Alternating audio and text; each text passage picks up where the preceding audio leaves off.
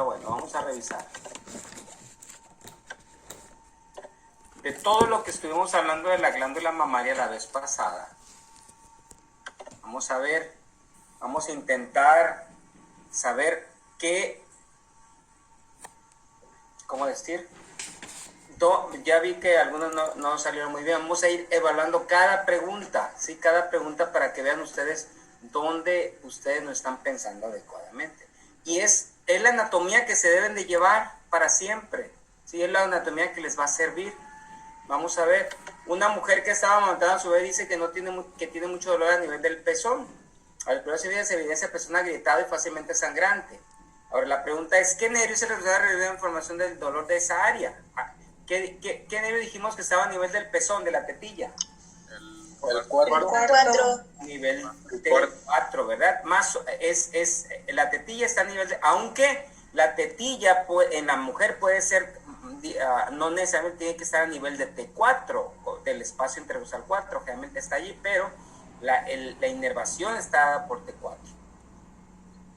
Una mujer de 45 años que acude a la consulta presenta nódulo de 3 centímetros en cuadrante superior externo.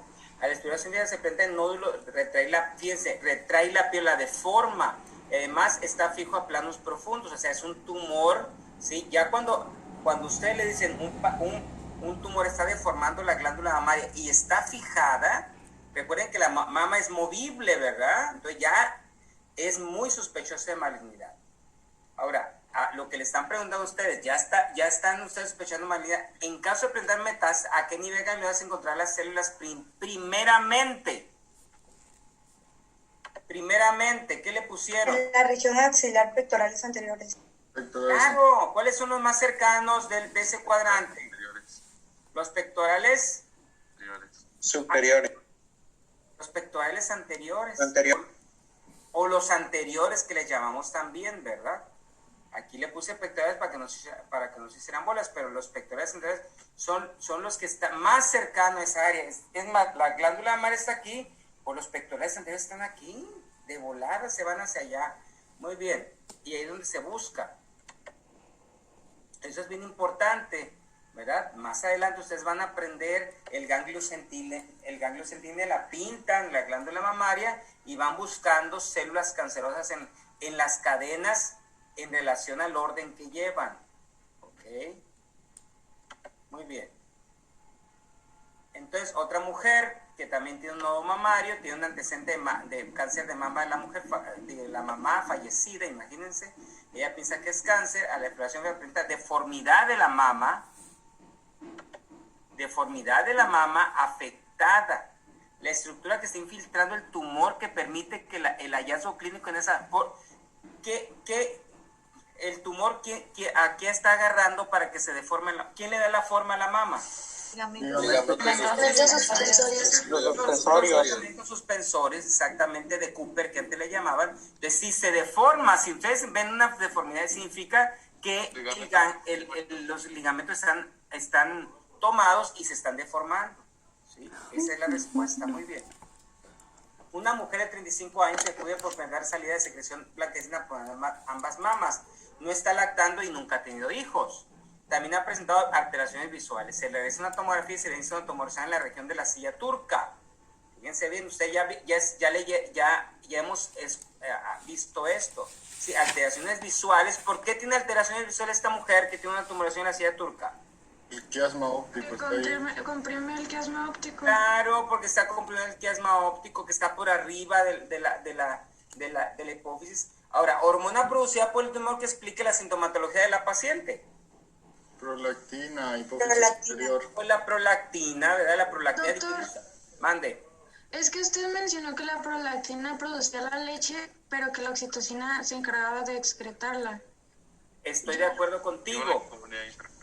Estoy de acuerdo contigo, pero si no hay producción, no hay, o sea, excretarla en términos de salida ¿cómo se llama? Salida en forma, ¿cómo se llama? ¿Cómo te podría decir? En forma activa, ¿ves? Pero esa es una salida de secreción en forma, o sea, aquí tiene sentido lo que tú me estás diciendo, pero imagínate que yo tuviera aumento de oxitocina sin prolactina, ¿quién iba a producir? Tiene razón lo que estás diciendo, tiene sentido, no razón, sentido. Pero aquí lo que quiero es llamar la atención es... Entonces la oxitocina, digamos que es como el paso, ¿no? Brinda el paso de la secreción, ¿no?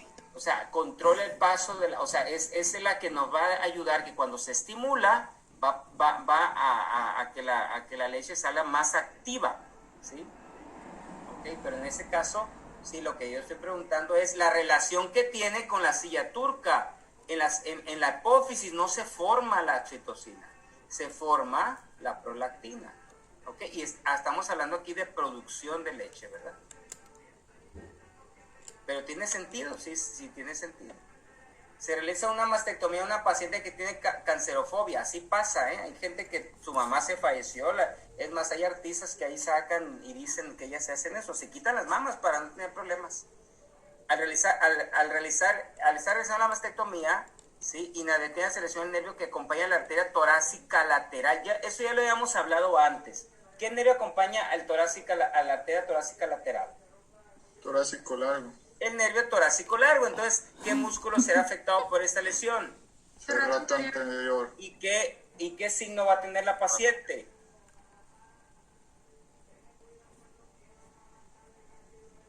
¿Qué función tiene el torácico largo? El serrato anterior, perdón. Junta la Respiración. No, hombre, qué bárbaros. ¿Qué función tiene el torácico, el serrato anterior? Va ¿Qué a presentar. hacía?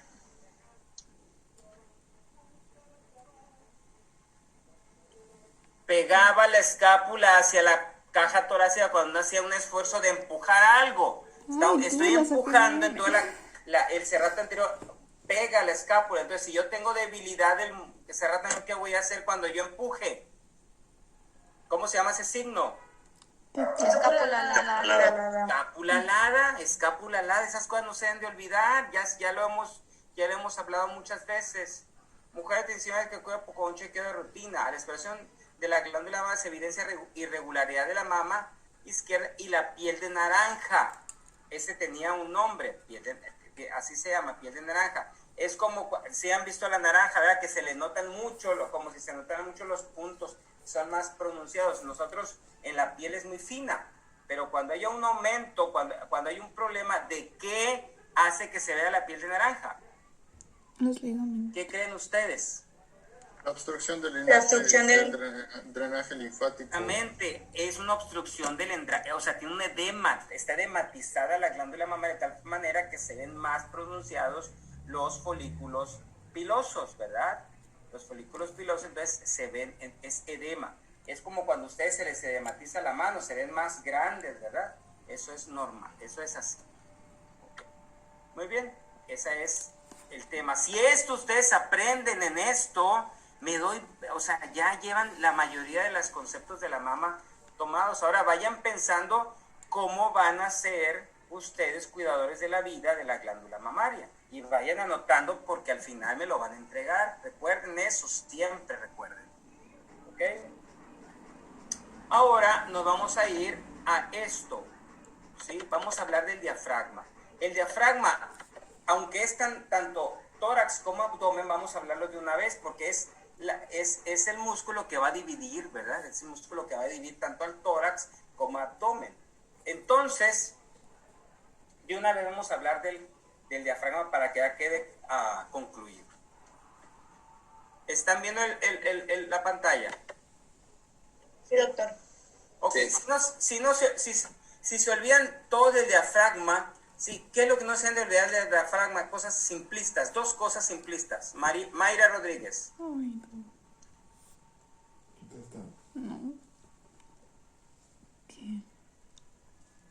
Alondra, ¿qué no te debes de olvidar del diafragma? Aparte de que divide al tórax del abdomen. Ayuda a la respiración. Dos cosas. Nervio frénico. Inervación y función, ¿verdad? Inervación y función. ¿Cuál es inervación?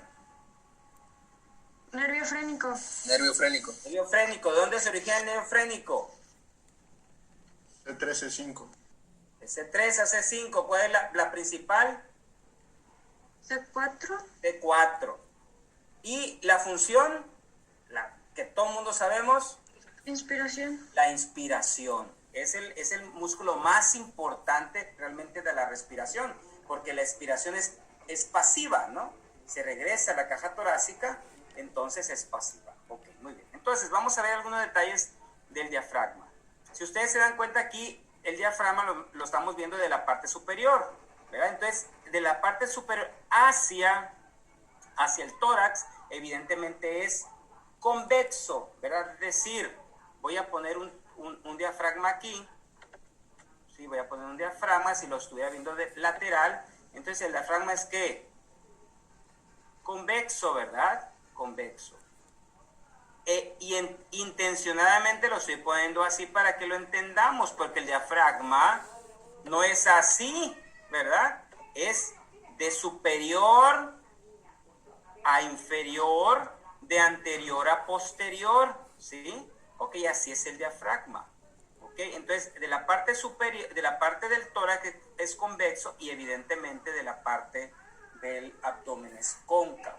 Ok, entonces el diafragma tiene una parte más elevada que se llama cúpula, que es esta cúpula pleural, que es esta que tenemos aquí. ¿Okay? Y que esa puede llegar, fíjense bien, si aquí tenemos el esternón, si ahorita vamos a ver los componentes de él, esta cúpula puede elevarse del lado izquierdo hasta la quinta costilla. Por eso no hacemos ningún procedimiento aquí, porque si se eleva hasta la quinta costilla, justamente por debajo del lado derecho, pues tenemos el hígado. Y del lado izquierdo está un poquito más bajo, que llega al quinto espacio intercostal. ¿Ok? Del lado izquierdo.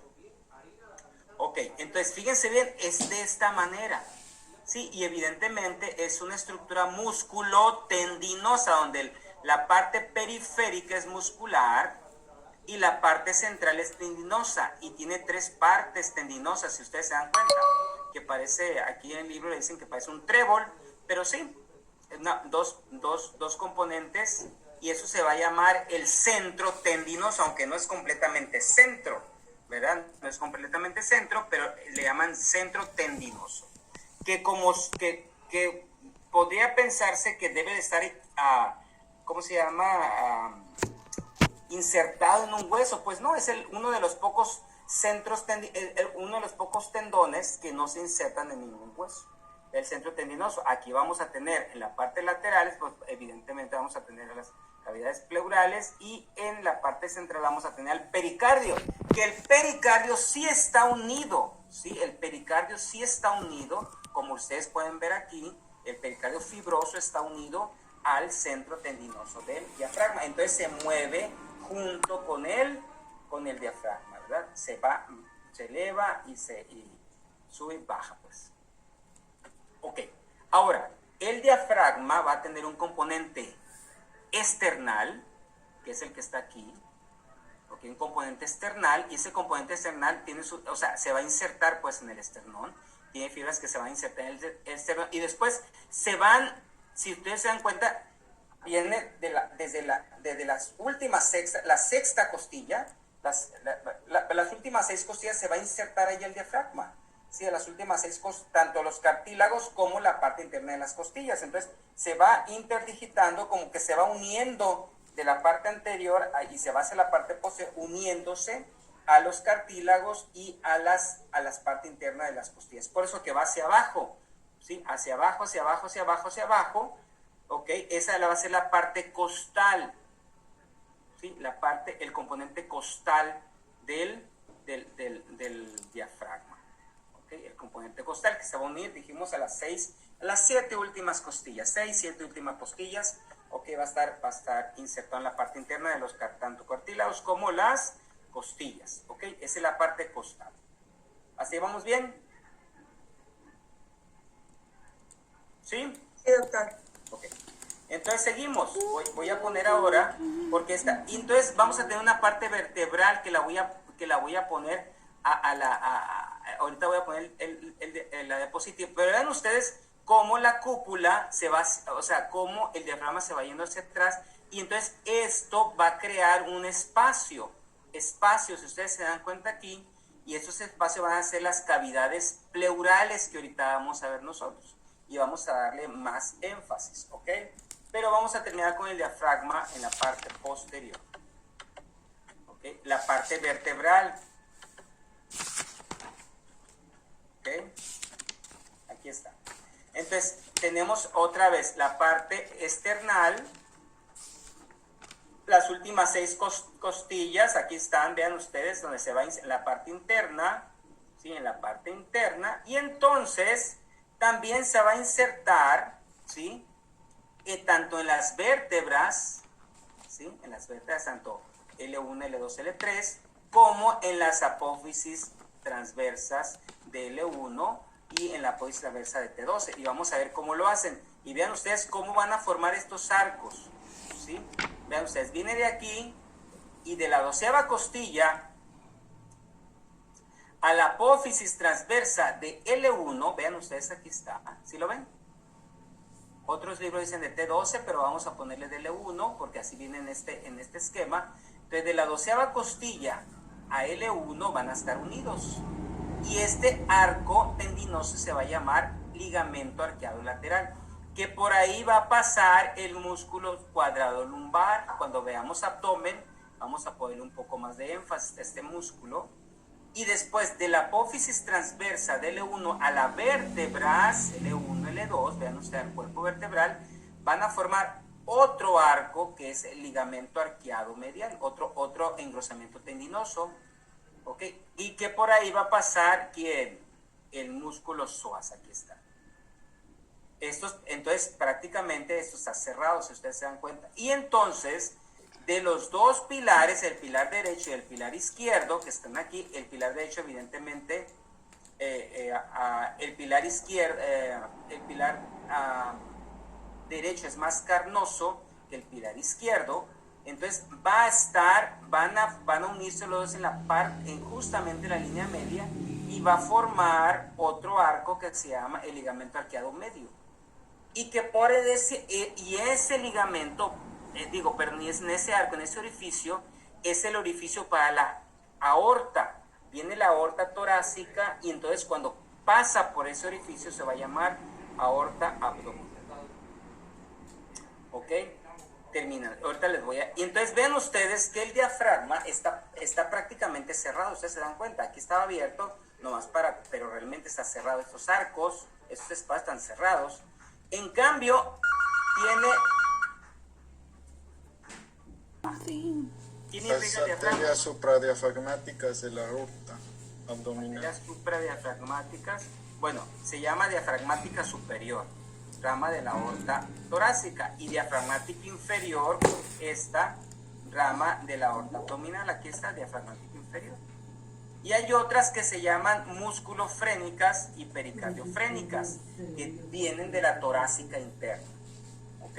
Esas son ¿cómo se llaman? Las arterias que van a irrigar el diafragma. Y entonces tiene su inervación. ¿Quién inerva el diafragma? El frénico. Frénico, hasta que se cansen, frénico, ¿verdad? Y las partes laterales, también lo van a inervar los nervios intercostales que le corresponden, también le van a dar cierta inervación, ¿sí? Los nervios intercostales, ¿ok? Pero el más importante es el nervio, ¿ok? Aquí lo voy a dejar, lo que es el diafragma. Yo creo que ya lo demás ustedes pueden irlo a leer en su libro, las cosas más detalladas, ¿ok? Pero ya más o menos les digo. Doctor, dijiste que la irrigación del diafragma es el diafragma inferior. La diafragmática inferior. Diafragmática inferior, aquí está. Esta, o frénica. Frénica o diafragmática, rama de la aorta abdominal.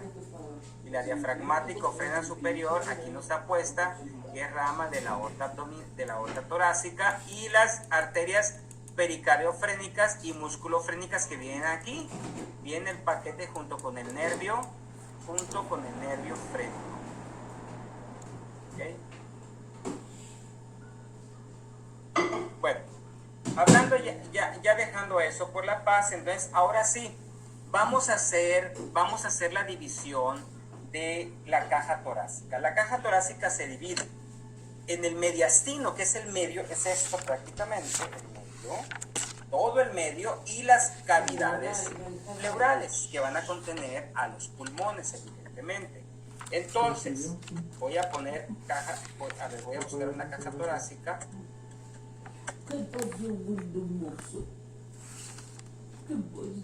Nomás para dividir, aquí está. La división vamos a hacerla. Aquí está, entonces, ¿qué va a ser? Mediastino, que es todo el medio, ¿verdad? Por eso se llama mediastino. Y las cavidades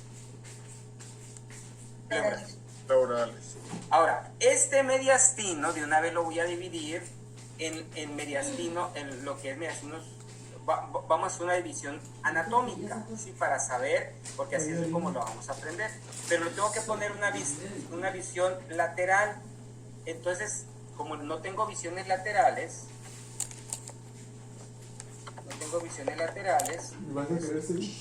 No me dejan oír. muy rápido, que tengo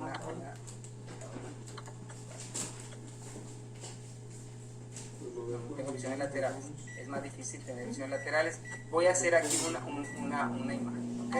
Vean ustedes, este es el esternón, estas son las vértebras y este es el diafragma, ¿ok? Doctor, si hay una lámina lateral. ¿Dónde?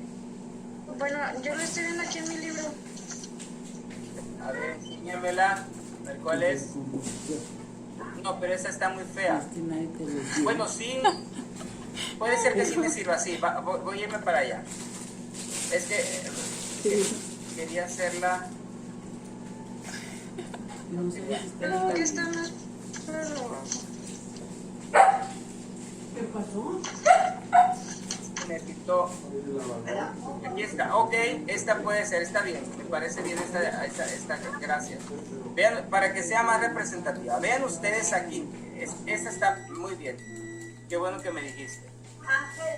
Vean ustedes, los límites, este es el mediastino visto en la vista lateral y aquí están las estructuras perfectamente. Vean ustedes, aquí está el ángulo de Luis, la unión del manubrio con el cuerpo, ¿ven?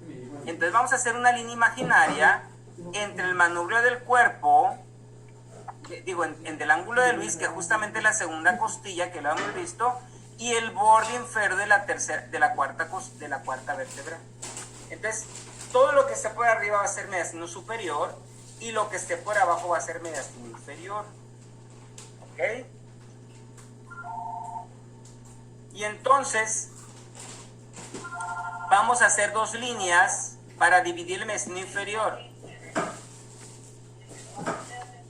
Vamos a hacer una línea justamente por detrás del pericardio y otra línea por delante del pericardio. Y entonces al mediastino inferior lo vamos a dividir en un mediastino anterior, un mediastino medio y un mediastino posterior. ¿Sí lo entendieron? Sí, doctor. Entonces significa que va a haber estructuras en el mediastino superior y el mediastino posterior, el mediastino superior, el mediastino medio, el mediastino superior, el mediastino... Hay estructuras que solamente están en el mediastino, ¿okay? Y hay estructuras que no van a estar en el mediastino, ¿okay? Como los bronquios, que no están en el mediastino, sino que se hacen en la parte lateral y se meten en las cavidades, ¿cómo se llama? Todas, a las cavidades pleurales. Okay. Ya teniendo eso... Ay, qué bárbaros estos hijos. Teniendo esas divisiones, entonces vamos a irnos ahora sí a las cavidades pleurales. Lo primero vamos a ver las cavidades pleurales, después nos vamos a quedar los mediastinos. Vamos a conocer los bronquios, bla bla. Ya vimos los músculos inspiratorios, expiratorios, y ahora nos vamos a fíjense las cavidades pleurales.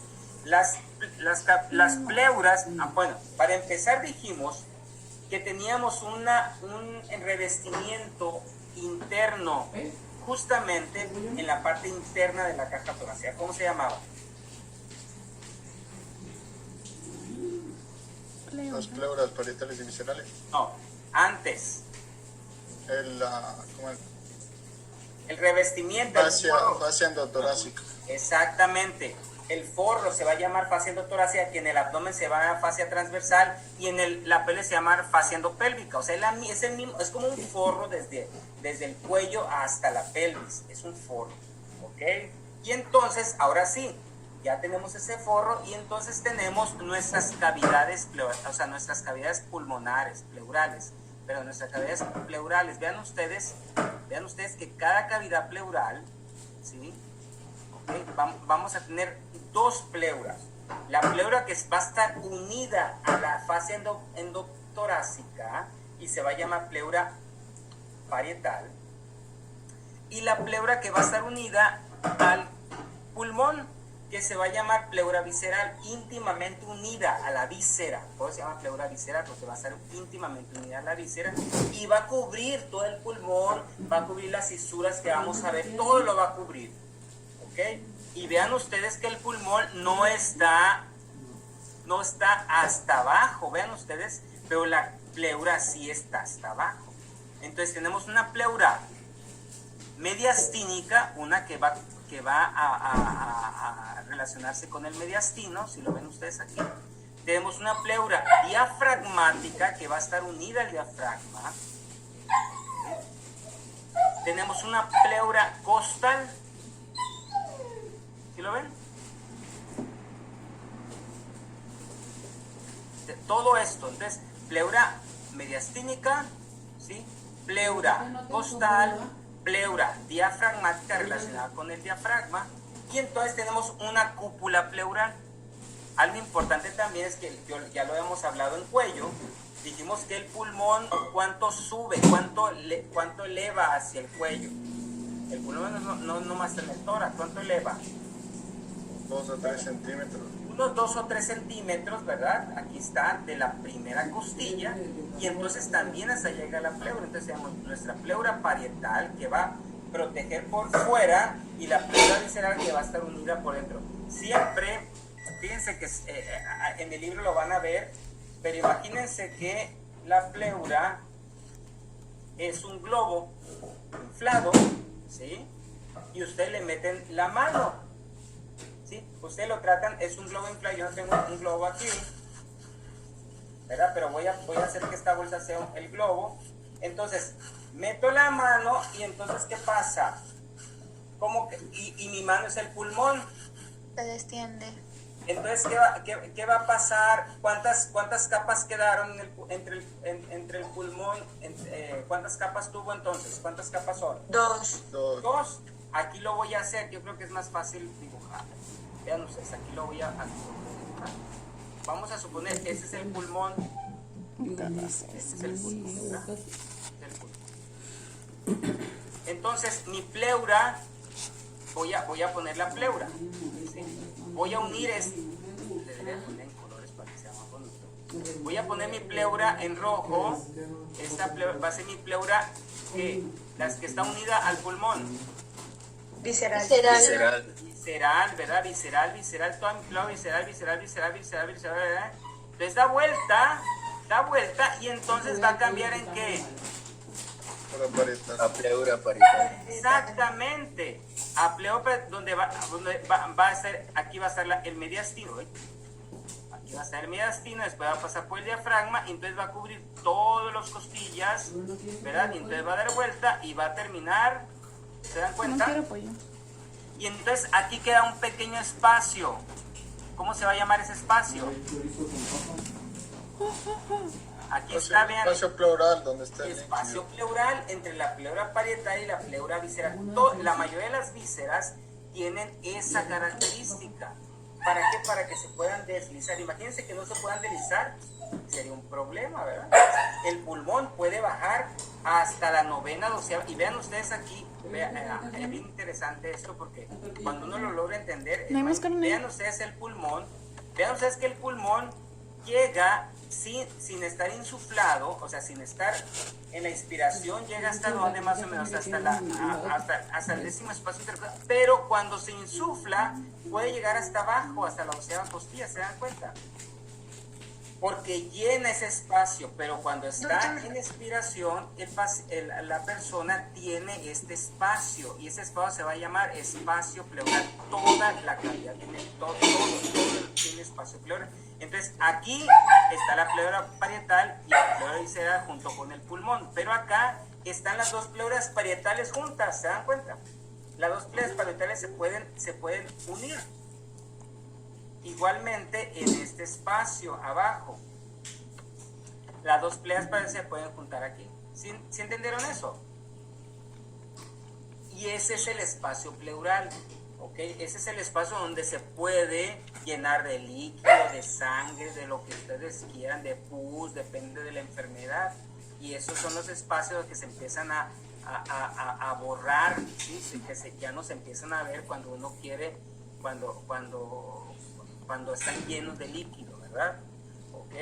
¿Qué les parece? Ahora, ese espacio tiene un pequeño líquido, sí tiene líquido que los linfáticos están drenando constantemente. Es un líquido que se llama líquido pleural para que se puedan deslizar sin problema. Imagínense ustedes que estas manos estuvieran friccionándose, respiran 20 veces por minuto, se estuvieran friccionando y no hubiera líquido. ¿Qué iba a pasar a los 3 minutos? Va a calentar. Va a calentar y se va a lesionar, ¿verdad? Se van a lastimar. Entonces hay un líquido que se llama líquido pleural, que quiero que ustedes vean qué tipo de epitelio tiene el revestimiento de la pleura por dentro. Cúbico simple. ¿Qué tipo de epitelio?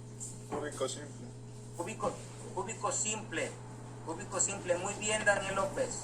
¿Quién es Daniel López? A ver. Yo, doctor, ya quedó acá. Sí, pero no te veo. Ah, cúbico simple. Ok. ¿Qué células tiene? ¿Cómo se llaman las células? Muy importante. ¿Qué células tiene y que van a formar ese líquido, esa pequeña cantidad de líquido que hace que el pulmón se deslice y que las pleuras se deslicen? Búsquenlo. El internet es maravilloso, no lo usen nomás para ver películas, que lo úsenlo para células que se encuentran en la pleura, pónganle, porque si les digo todo se les olvida. Búsquenlo rápidamente. ¿Mesoteliales? Muy bien, células mesoteliales, son unas células cuboideas simples que producen líquido. Así van a estar en el abdomen, también van a producir líquido abdominal. Células de mesotelio. Entonces significa que ¿cuál será el tumor más frecuente que pueda salir de la pleura? ¿Cómo se va a llamar? Si tuviéramos un tumor de la pleura, Daniel García, ¿cómo le llamarías?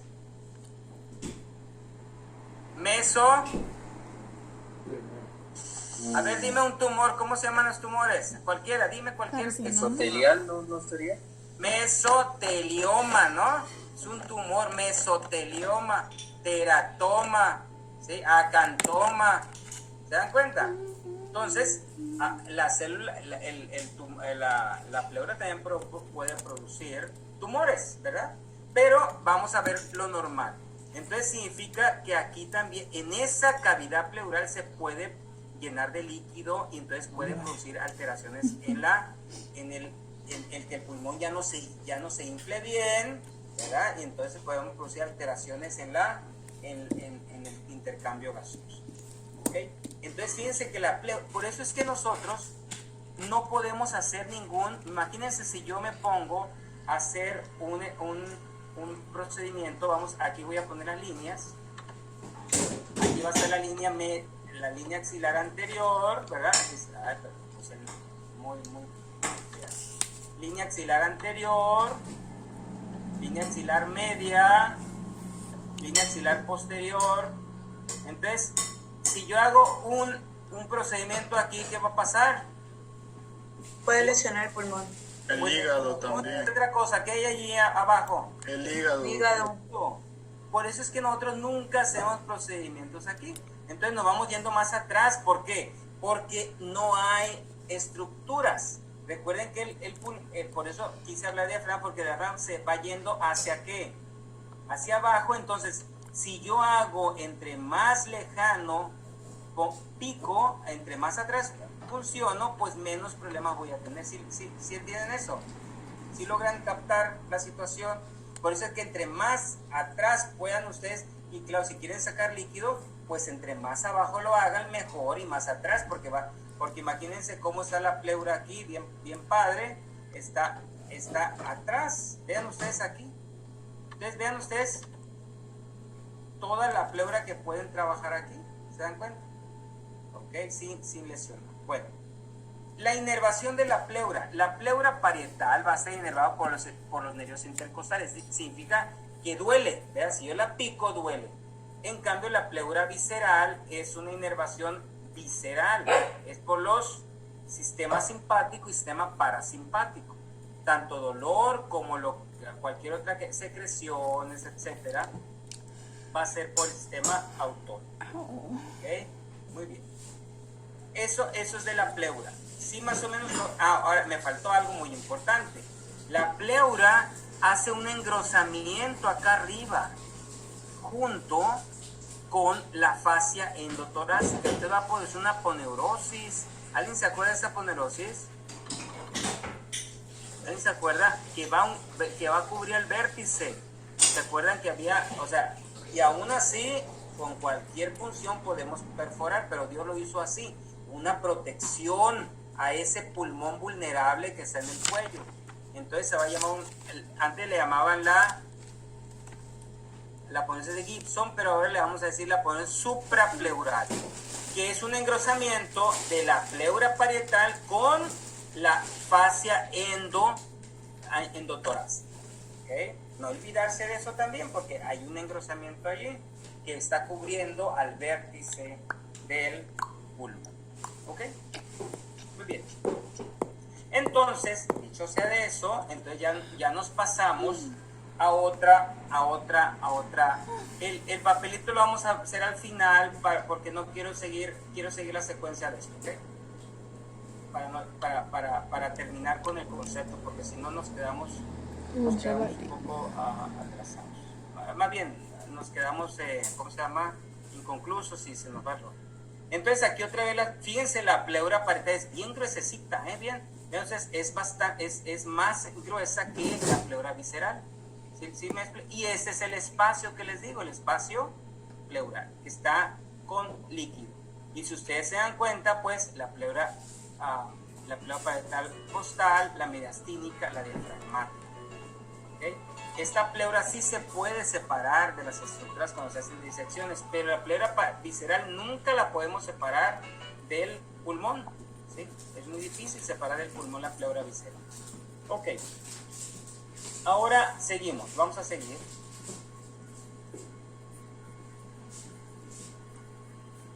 Okay. Aquí. Antes de entrar a pulmones, vamos a hablar de la tráquea. Ya la habíamos hablado, Daniel García Rodríguez, ¿verdad? Ya. No se estén saliendo peñuelas, no se estén saliendo, y aquí los estoy mirando. ¿Okay? Fíjense bien, vamos a hablar entonces de la tráquea. ¿Dónde se origina la tráquea, Giovanni Velázquez? ¿A qué nivel? ¿Cuándo empezamos a decir que ya es tráquea? ¿A qué nivel? Cuello. ¿Dónde? Tóquense la tráquea, la sienten la tráquea. Esta es la tráquea. ¿A qué nivel empieza la tráquea? ¿Se acuerdan? Fanny Cigarrao.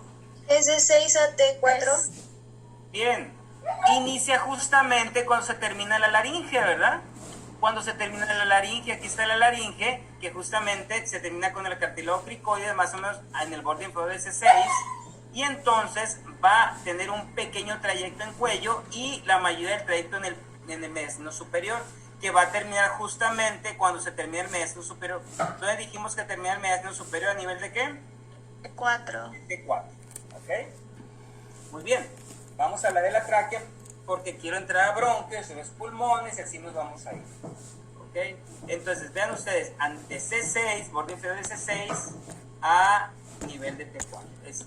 Evidentemente es la estructura más importante infraglótica de la vía aérea. La vía aérea empieza desde la nariz, etcétera, la nasofaringe, la orofaringe, después empieza la laringe.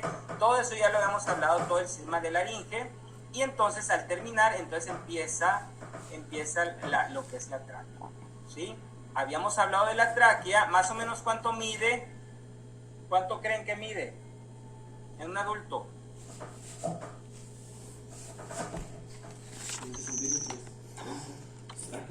6 centímetros. 15 centímetros. Ah, sí. Bueno, no, 12, ¿verdad?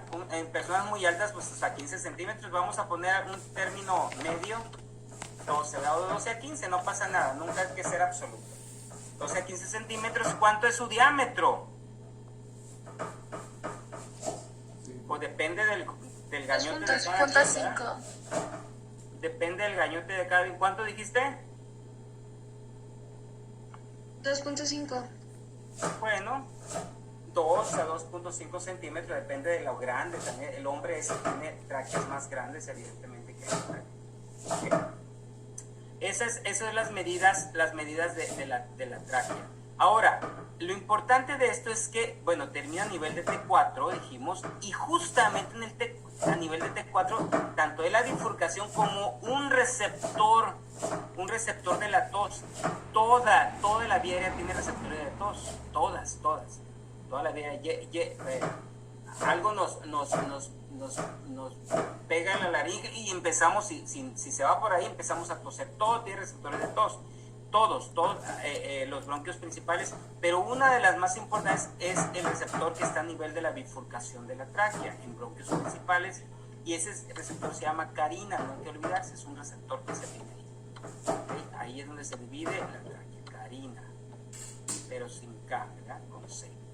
¿Okay? Carina. Entonces, ahora sí, es una estructura evidentemente cartilaginosa predominantemente, y que tiene un anillo cartilaginoso, cartílago hialino, que ustedes pueden ver aquí, ¿verdad? En forma en C. Más o menos, ¿cuántos cartílagos dicen que tiene? Los que los han contado. 15. 20. 30 cartílagos.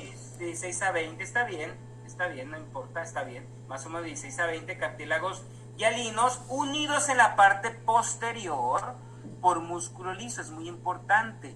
Y justamente en la parte posterior, la estructura que relacionado con él es el esófago. ¿Y por qué el esófago? Porque los dos eran un solo tubo en la embriogénesis, que eventualmente se tenían que tabicar, y entonces la vía aérea queda aparte y la vía digestiva queda aparte. Por eso es que muchos de los problemas, algunos de los problemas congénitos, ¿sí?, son fístulas traqueobronquiales, traqueoesofágicas, perdón. ¿Por qué? Por esta embriología, que eventualmente se tiene que tabicar. Y entonces queda aquí un tejido areola laxa, donde hay vasos y nervios que lo van a dividir del esófago. Pero está íntimamente unido con el esófago, ¿sí? Están íntimamente por fibras, hasta fibras musculares. Bueno, entonces la tráquea está envuelta por un tejido, ¿sí?, conectivo, que es la lámina visceral de la fascia pretraqueal, está revestido, ¿sí? Y entonces aquí está el revestimiento, y entonces tiene su cartílago y el epitelio.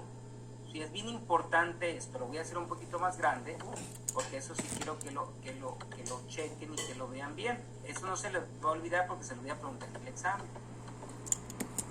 ¿Okay? ¿Qué estructuras tiene el epitelio? Aquí está la mucosa de la pared, vean ustedes, aquí están los pliegues longitudinales formados por densos grupos de fibras elásticas, ¿verdad? Aquí está ¿y por qué la parte posterior está así? Porque tiene músculo que hace estas fibras longitudinales, como si fueran las fibras longitudinales del esófago, las fibras longitudinales posteriores de la pared externa del esófago. ¿Ok? Aquí está el músculo liso en la parte posterior. ¿Y qué tiene? ¿Qué tiene, médico Peñuelas? ¿Qué tipo de epitelio es el epitelio respiratorio? Estratificado. ¿Qué tipo de epitelio? Prismático, pseudoestratificado. Concilio. Células calciformes tiene. A ver, otra vez, Peñuela, no te escuché. Estratificado. ¿Entiendes qué es estratificado? Pseudoestratificado. No es, tampoco no es pseudoestratificado. El ¿Alguna otra? epitelio simple. Cilíndrico simple. Ah, o sea, ustedes ya llevaron a histología, entonces tienen que ir agregándole, no pueden pasar por la vida diciendo, pues es estratificado. No, vayan agregando la histología a las cosas, vayan agregando la embriología a las cosas para que tenga más sentido esto. Si no nos sirve haber llevado tanta materia. Entonces, es un epitelio cilíndrico simple, ¿qué más? Concilio. Ciliado, muy bien. Ciliada. Es muy importante, es un epitelio cilíndrico simple, ciliado, porque los cilios son muy importantes en la vía aérea. Son los que van a permitir, y esos cilios se mueven hacia arriba, ¿verdad? Porque permiten sacar todo lo que es el moco, todos los que usan las partículas, etcétera, etcétera. También, ¿qué dijiste otra cosa? Estas bombitas amarillas, Peñuelas, ¿qué son? Glándulas calciformes. Células caliciformes. Células caliciformes que produce el moco, ¿verdad? También hay linfáticos, también hay arterias, hay nervios y todo eso. ¿Por qué? Porque es una estructura, ¿sí? El músculo está inervado, pero también la mucosa está inervada. ¿Para qué? Para que se muevan los cilios y aparte para responder como un reflejo, el reflejo de la tos. ¿Ok? Ahora, ahí va el concepto. Ahí va. ¿De qué me importa? Y así está, así como la tráquea están los bronquios principales, o sea, hasta el terciario, hasta la tercera o cuarta generación de bronquios, porque se van a dividir en muchos hasta llegar hasta los alvéolos. Entonces es bien importante esto, y le voy a hacer énfasis a la inervación. Tenemos inervación simpática e inervación ¿qué? Parasimpática. Ok. La inervación simpática va a venir por el plexo pulmonar, ¿verdad? Que va a venir ya lo vamos a ver más adelante para que lo vean en conjunto, pero que vayan sabiendo, ¿verdad? De T1 a T4 van a formar los plexos pulmonares y el plexo el parasimpático viene del nervio vago, o le llaman vago, ¿verdad? No sé si le pusieron vago porque llega hasta lejos o por no sé. El asunto es que todo el componente parasimpático del tórax va a ser inervado por el vago, así que aquí no hay pierde, ¿verdad? El vago viene por detrás en la vaina carotidia y después vamos a ver el recorrido cómo llega a esas estructuras. Pero aquí lo que quiero es enfatizar la función. Las glándulas, los vasos sanguíneos tienen receptores. El músculo tiene un receptor que es un beta 2 agonista, o sea, adrenérgico. Los vasos sanguíneos tienen receptores alfa 1. ¿Sí? Y las glándulas mucosas tienen receptores muscarínicos. Bueno, ¿sí? ¿Ves? Son estimulados y estos son estimulados por lo simpático.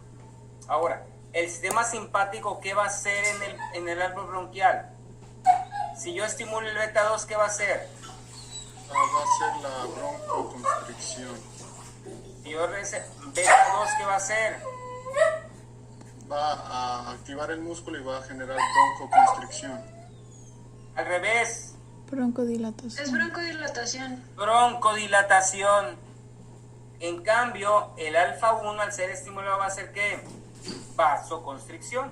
O sea, aquí es muy fácil de entender. Cuando ustedes tienen el componente simpático funcionándoles, tengo mucho simpático. ¿Qué está pasando en la vía aérea? ¿Qué quieren que pase? Vasoconstricción. Están asustados, ¿qué quieren que pase? Empiecen a pensar. Mucho aire, que se Una llenen cosa- los pulmones.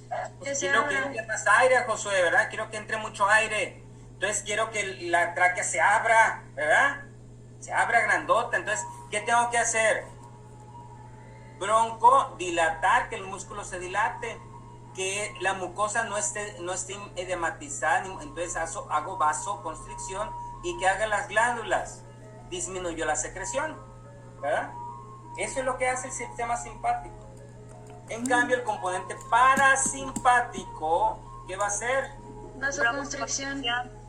Va a ser broncoconstricción.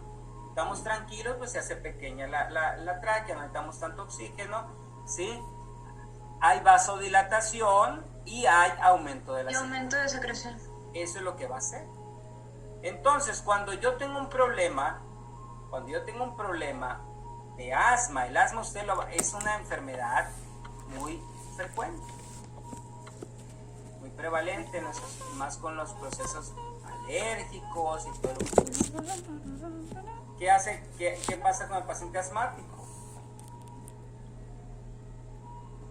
Se cierra el bronquio, la tráquea es muy grande, pero los bronquios se cierran, entonces aumenta la secreción, hay más vasodilatación y hay bronco. O sea, ¿cuál es el efecto que está teniendo el asma sobre el tejido?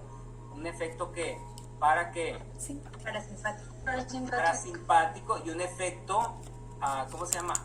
De edema, ¿verdad? Por eso también es un proceso alérgico. Eso no lo vamos a meter. Lo que yo quiero llegar a que ustedes digan cómo yo trataría a ese paciente. ¿Qué le daría? Dándole algo para el simpático. Le daría algo que le dé Broncodilate, ¿verdad? Vasoconstricta Ambroxol. y de las secreciones.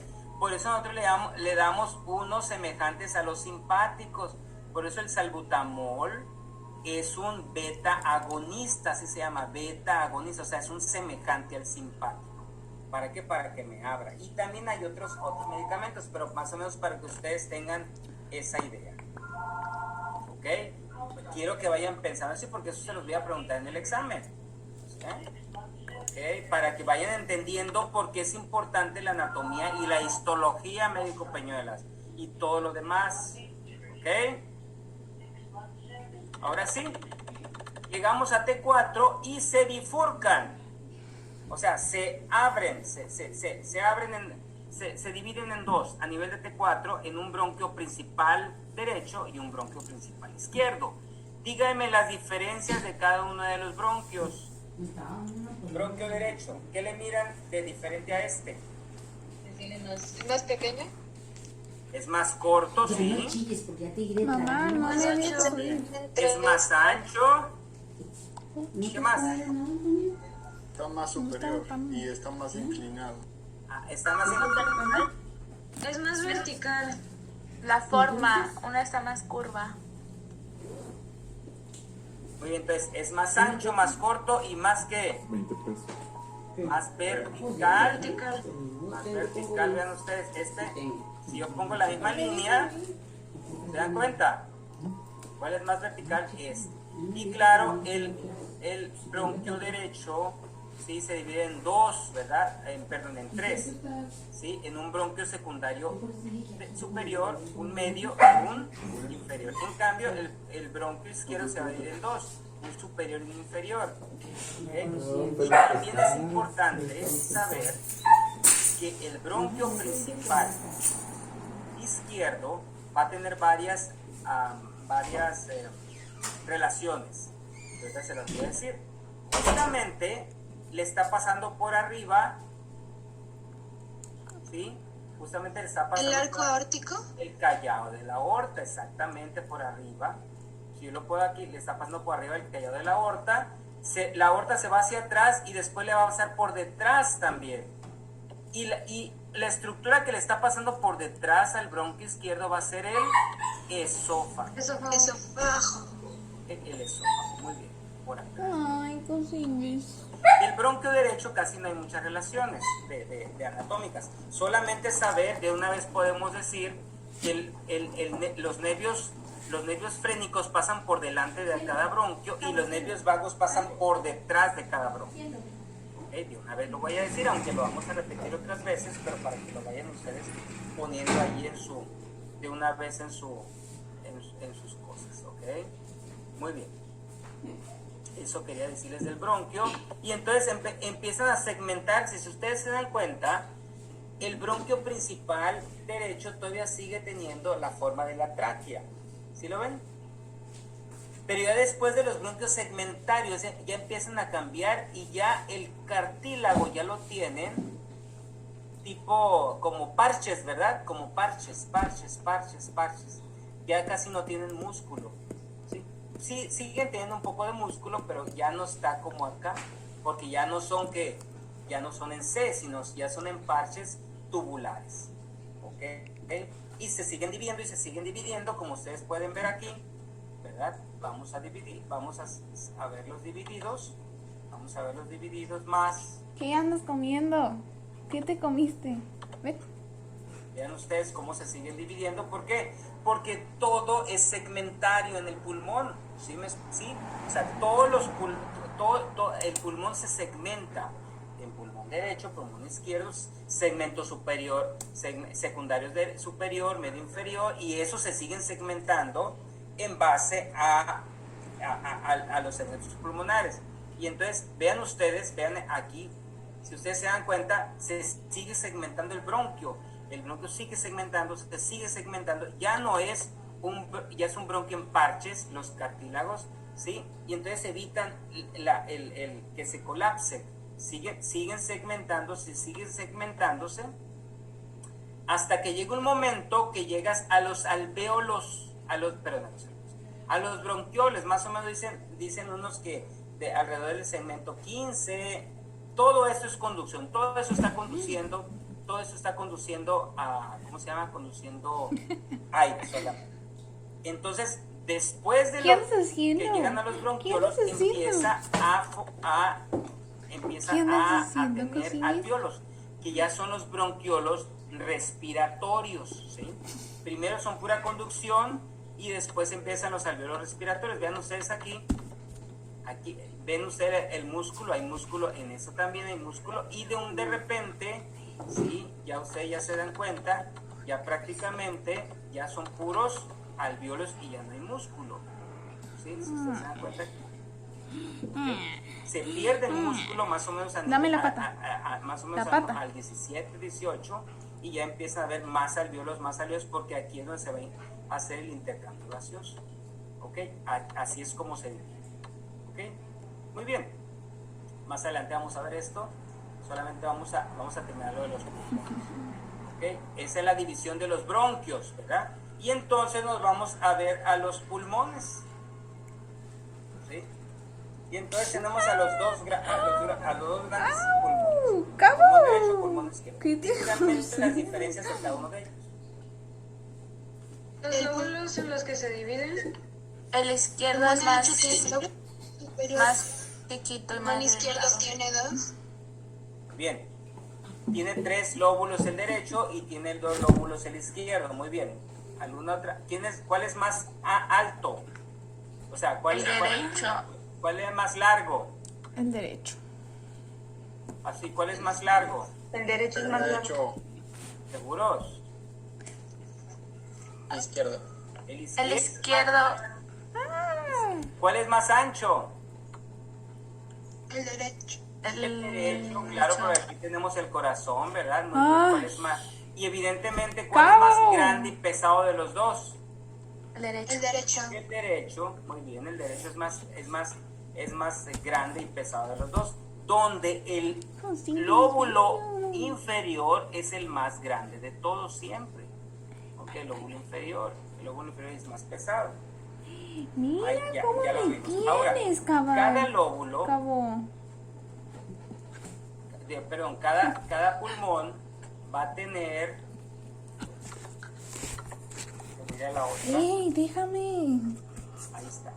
Cada lóbulo va a tener sus relaciones. Aquí tenemos el pulmón derecho, ¿sí? Ok. Y entonces, fíjense bien, donde las estructuras justamente salen de la pleura, vean ustedes donde está relacionado, aquí está relacionado con la pleura, eso se va a llamar el ilio pulmonar. ¿Okay? Donde están saliendo de las estructuras, están saliendo, unas salen, otras entran, evidentemente, pero justamente es ese nivel, porque la raíz del pulmón es donde van todas las estructuras. Es como decir, no sé, por la puerta es el ilio, ¿verdad? Estamos en una casa, la casa es el pulmón, vamos a suponer. Dame mi Entonces, chancla. cuando van a salir todas las mangueras, ¿sí? Donde justamente están pasando hacia afuera, ¿sí? De la casa, ese se va a llamar el ilio. Y todo el conjunto de mangueras que voy a sacar de la casa, esos se va a llamar la raíz. La raíz va a tener el bronquio principal, va a tener las venas, va a tener las arterias, Si no te sabes lo que vaya a comportar. tener. ¿Sí entendieron eso? Ahora, el pulmón también tiene un componente, va a tener componentes, ¿verdad? Va a tener un vértice, cada pulmón va a tener un vértice, va a tener una base que es relacionada con el diafragma, con su cara diafragmática, va a tener su cara costal, ¿verdad? Y su cara mediastínica, cada pulmón. Evidentemente dijimos que el pulmón derecho tenía 3 lóbulos divididos por la cisura oblicua, que es esta. La cisura oblicua es esta, y el superior y el medio se va a dividir por la cisura transversa, que es esta. Ahorita la vamos a ver en otra posición. Ahora, ¿qué relaciones tiene? Bueno, la cara costal pues con las costillas, ¿verdad? Pero la cara mediastínica, ¿qué estructuras se van a relacionar con el pulmón en su cara mediastínica? Tanto de anterior a posterior, ¿verdad? Okay, tenemos la silueta cardíaca. Después, ¿qué vamos a tener aquí? ¿Sí? Aquí tenemos lo que sería el timo, ¿sí? Aquí tenemos lo que es la silueta para la vena brachiocefálica, ¿okay? El surco para la arteria, para la subclavia, el surco para la tráquea, el surco para el esófago, que ya eso ya lo hemos visto. Y entonces tenemos un surco aquí bien padre. Este surco está aquí. Aquí viene todavía el esófago. Y aquí tenemos un surquito. Vean este surco. No quiero que se les olvide. Este surco es para la vena ácigos. La vena ácigos es donde va a desembocar todo el drenaje venoso del tórax. ¿Okay? El sistema ácigos. La vena ácigos. Y esa vena ácigos va a desembocar en la cava inferior. Por eso es que aquí está la vena superior. Aquí está la vena brachiocefálica, que se va a juntar con la otra vena brachiocefálica del lado izquierdo, y aquí va a estar la silueta para la vena cava superior. Aquí está. Y entonces desemboca hacia adelante y le pasa por arriba de lo que es la raíz o el ilio pulmonar. Esa es la ¿cómo se llama? Las relaciones que tiene el pulmón en su cara mediastínica. ¿Okay? Ahora, ¿qué relaciones tiene el pulmón izquierdo? Solamente tiene 2 lóbulos, que lo pueden ver ustedes, la gran silueta cardíaca, evidentemente, y pues evidentemente el callado de la aorta, ¿no? Que se va hacia atrás, ¿ok? El surco para el esófago y lo que son los surcos de las venas, ¿verdad? La arteria brachiocefálica y la vena brachiocefálica, que también se está formando, la primera costilla, etcétera, etcétera. Esas son las estructuras que están del lado izquierdo. El lado derecho tiene otras estructuras, por eso son diferentes, ¿verdad? Son diferentes. Ahora, ¿qué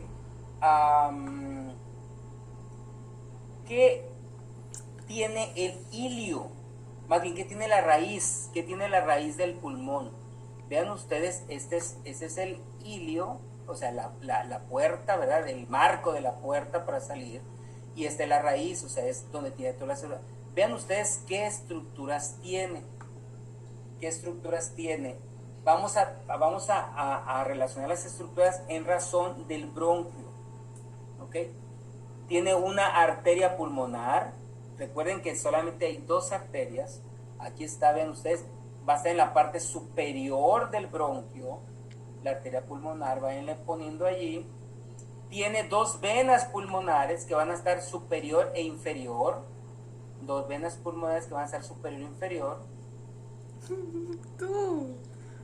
Ganglios linfáticos y las arterias bronquiales que van a ir en la parte posterior del bronquio. Dos del lado izquierdo y una del lado derecho. ¿Ok? Las arterias bronquiales. Entonces, la arteria pulmonar va a estar en la parte superior. Las venas pulmonares van a estar en la parte anterior, una superior y una inferior. Las arterias bronquiales van a ir en la parte posterior y también el sistema autónomo, o sea, los nervios van a ir en la pared posterior del bronquio, ahí donde van a ir. Y los ganglios linfáticos pues van a ir en la parte inferior. Voy a poner el pulmón Vean ustedes otra vez. Ese es el bronquio, ¿sí? Ese es la arteria pulmonar, que en la parte de aquí se va un poquito inferior, pero realmente va en la parte superior. Las venas que van en la parte tanto superior, anterior e inferior, y la arteria pulmonar derecha, la arteria bronquial derecha, los nervios que están en la pared posterior del bronquio y los ganglios linfáticos, ¿sí? Eso es lo que lleva la raíz del pulmón. Así es como así te acuerdan, como dije, el paquete neurovascular es como ¿cómo es el paquete neurovascular? Vena, arteria y nervio. Aquí está igual. Si nosotros lo ponemos la arteria en la parte superior, las venas en la parte anterior, tanto superior como inferior, la arteria pulmonar en la parte, pulmonar bronquial en la parte posterior del bronquio, o sea, todo relacionado con el bronquio, ¿ok? Todo relacionado con el bronquio. Ahora podemos dividir al pulmón, ¿verdad? Podemos dividir, ya lo tenemos. Esto es bien interesante porque me gustaría, fíjense ustedes, cómo el lóbulo izquierdo, el lóbulo superior llega hasta ¿dónde?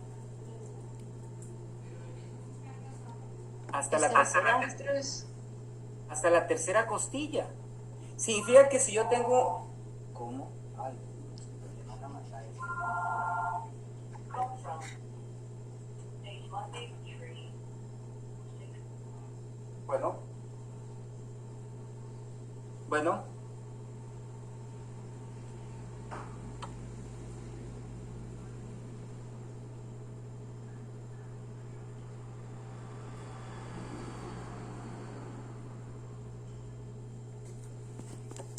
bueno, entonces vean ustedes que el lóbulo superior llega hasta la tercera costilla, ¿sí? Y entonces por atrás, vean ustedes, el lóbulo, ahorita vamos a ver por atrás hasta donde llega, que realmente es toda la tercera costilla, ¿ok? Entonces significa que si yo tengo un problema, una enfermedad por arriba de la costilla, va a ser mi lóbulo superior. En cambio, el lóbulo medio, vean hasta dónde llega. Llega hasta el borde superior de la borde superior de la sexta costilla. Y en la parte anterior, significa que si yo tengo un problema anterior del pulmón, de la tercera costilla para abajo, va a ser mi lóbulo medio. Y esto no es la excepción igual. Vean ustedes, lóbulo superior llega semejante como si fuera lóbulo superior y medio, ¿verdad? Hasta la sexta costilla.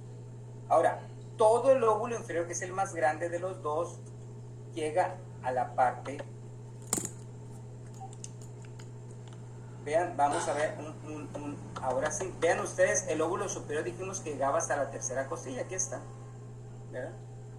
Hasta la tercera costilla, aquí está.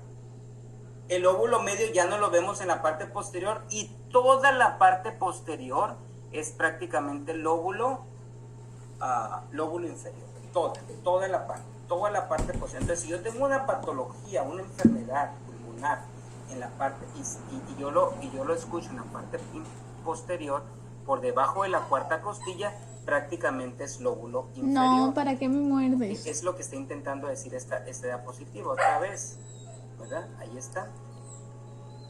Esto quiero que ustedes lo vean, lo observen bien, porque probablemente les vaya a preguntar, ¿verdad? Les vaya a preguntar, si yo tengo una lesión que se escucha a nivel el espacio, etcétera, etcétera, que a qué lóbulo pertenece, por lo menos a qué lóbulo pertenece. Los segmentos, ¿sí? Ya ustedes se dan cuenta, lo vamos a segmentar en esto, es más fácil. Si ustedes se dan cuenta, cada lóbulo secundario se segmenta en 3, ¿sí? El apical, el anterior y el posterior, ¿sí? Pero todo esto está de la tercera costilla para arriba. En cambio, ya con esto voy a terminar, ¿sí? En cambio, el lóbulo medio, que es este, el lóbulo medio, que es este, no vamos a dividirlo. Déjenme ver. Sí, el lóbulo medio nomás lo vamos a dividir en lateral y medial. Aquí está. Okay. En cambio, el lóbulo inferior, aquí está, lo vamos a dividir en anterior, sí, perdón, el medial, basal, digamos, si lo vemos acá, digamos, anterior, medial, lateral y posterior. ¿Okay? Eso es como vamos a dividir al lóbulo inferior. ¿Okay? Es lo mismo que estamos hablando aquí, solo que aquí están esos lóbulos, ¿sí? Vamos a dividirlos acá. Tenemos al lóbulo superior apical, posterior y el lóbulo medio, lateral y medial, y el lóbulo posterior en uno superior, en uno anterior, lateral, ¿sí? ¿Cómo se llama? Anterior, lateral y posterior. Es lo mismo. Esos son los bronquios segmentarios. Hasta ahí nomás lo vamos a dividir. Ok, no quiero que aprendamos otra cosa. Ay, ya me cansé de hablar. Vamos a dejar por la paz esto, ¿sí? Y ahorita les voy a poner un papel, ¿sí? De las 3:35 a las 3:50 para que lo hagan, ¿sí? Y ya con eso terminamos la clase. Eso lo podemos ver mañana otra vez un poquito más.